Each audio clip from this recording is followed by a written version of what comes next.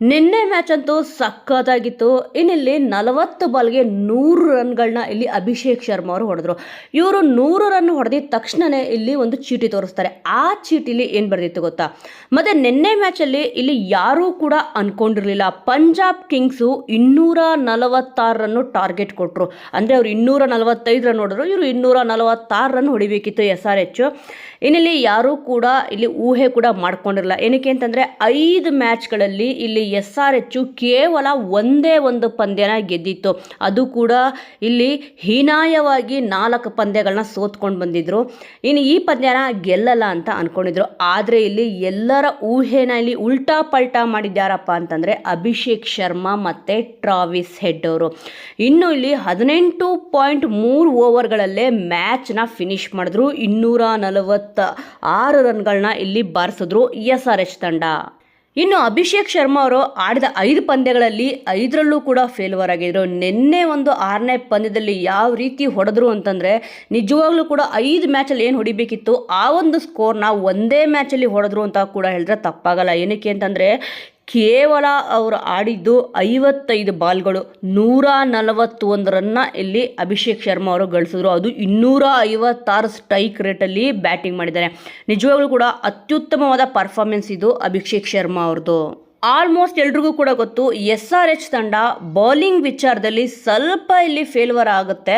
But ಆದರೆ batting ವಿಚಾರದಲ್ಲಿ ಇಲ್ಲೇನಾದರೂ ಫಸ್ಟಲ್ಲಿ ಅಭಿಷೇಕ್ ಶರ್ಮಾ ಅವರು ಟ್ರಾವಿಸ್ ಹೆಡ್ ಅವರು ಅಂದರೆ ಬ್ಯಾಟಿಂಗ್ ಲೈನಪ್ಪಲ್ಲಿ ಏನನ್ನ ಇಲ್ಲಿ ಇವರಿಬ್ಬರು ಕಚ್ಕೊಂಡ್ರು ಅಂತಂದರೆ 100% ಆಗಿ ಇಲ್ಲಿ SRH ತಂಡ ಗೆಲ್ಲೋದ್ರಲ್ಲಿ ಯಾವುದೇ ಒಂದು ಡೌಟ್ ಇರಲ್ಲ. ಅದೇ ರೀತಿ ನಿನ್ನೆ ಮ್ಯಾಚಲ್ಲೂ ಕೂಡ ಆಯಿತು. ಇವ್ರು ಯಾವಾಗ ಫೇಲ್ಯೂರ್ ಆಗಿದ್ದಾರೆ ಅಭಿಷೇಕ್ ಶರ್ಮಾ ಅವರು ಟ್ರಾವಿಸ್ ಹೆಡ್ ಅವರು, ಆವಾಗ ಇಲ್ಲಿ SRH ತಂಡ ಸೋತ್ಕೊಂಡೇ ಬಂದಿದೆ.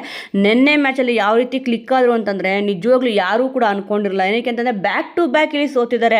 ಇನ್ನು 6ನೇ ಮ್ಯಾಚಲ್ಲಿ ಇದೇ ರೀತಿ ಆಗ್ಬೋದು ಅಂತ ಅಂದ್ಕೊಂಡ್ರು. ಏನಕ್ಕೆ ಅಂತಂದರೆ ಇಲ್ಲಿ ಪಂಜಾಬ್ ಅವರು ಯಾವ ರೀತಿ ಹೊಡೆದ್ರು ಅಂತಂದರೆ ಹುಚ್ಚಿನಾಯಿ ಹೊಡೆದಂಗೆ ಹೊಡೆದ್ರು ಅಂತ ಹೇಳ್ಬೋದು. 245 ರನ್ನು ಬರೀ 6 ವಿಕೆಟಲ್ಲಿ.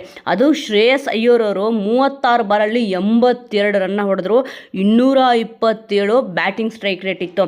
ಇದಾಗಿದ ತಕ್ಷಣ ಇಲ್ಲಿ ಓಪನಿಂಗ್ ಬಂದಿದ್ದೆ ಟ್ರಾವಿಸ್ ಹೆಡ್ ಅವರು 37 ಬಾಲಲ್ಲಿ 66 run, 178 strike rate. Abhishek Sharma ಅವರಂತೂ 141 ಸಖತ್ತಾಗಿ ಆಡಿದ್ರು, ಮ್ಯಾಚ್ ಕೂಡ ಗೆದ್ರು. ಅಭಿಷೇಕ್ ಶರ್ಮಾ ಅವರು 40 ಬಾಲಲ್ಲೇ ಇಲ್ಲಿ ಸೆಂಚುರಿನ ಹೊಡಿತಾರೆ. ಇದು ಹೊಡೆದಿದ ತಕ್ಷಣ ಇದು ಆರೆಂಜ್ ಆರ್ಮಿಗಾಗಿ ಅಂತಂದ್ಬಿಟ್ಟು ಇಲ್ಲಿ ಚೀಟಿಲಿ ಬರ್ಕೊಂಡಿದ್ರು. ಆ ಚೀಟಿನ ಇಲ್ಲಿ ತೋರಿಸ್ತಾರೆ.